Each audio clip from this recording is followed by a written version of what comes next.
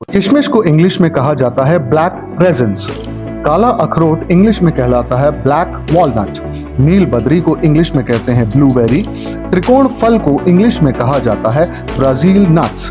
खरबूज के बीज कहलाते हैं इंग्लिश में कैंटोलप सीड्स। बादाम को इंग्लिश में आलमंड कहते हैं। खुबानी को इंग्लिश में एप्रिकॉट कहा जाता है। अरारोट को इंग्लिश में एरारूट कहते हैं। चिया के बीज को इंग्लिश में बैसल सीड्स कहा जाता है। सुपारी को इंग्लिश में कहते हैं बीटल। काजू को इंग्लिश में कहते हैं कैशनट्स। शाहबलूत इंग्लिश में कहलाता है चेस्टनट। नारियल को इंग्लिश में कहा जाता है कोकोनट। भुनी हुई मकई को इंग्लिश में कहते हैं कॉर्ननट। और क्रैनबेरी हिंदी और इंग्लिश में भी क्रैनबेरी ही कहलाती है। खजूर को इंग्लिश में कहा जाता है डेट्स।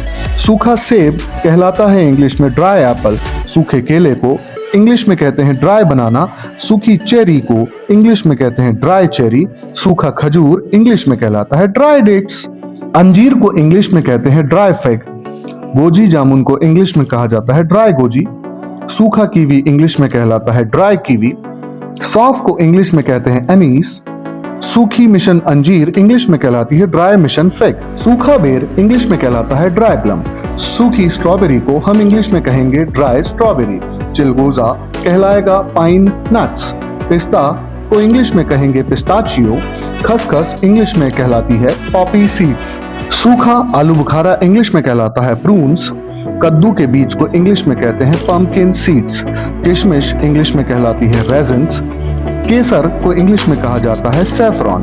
तिल के बीज को इंग्लिश में कहते हैं सेसमे सीड्स। सोयाबीन के बीज को इंग्लिश में कहा जाता है सोयानट। मक्का इंग्लिश में कहलाता है सुल्ताना करंट। सूरजमुखी के बीजों को इंग्लिश में कहते हैं सनफ्लावर सीड्स। अखरोट को इंग्लिश में कहा जाता है वॉलनट। मगज इंग्लिश में कहलाता है वाटरमेलन सीड्स।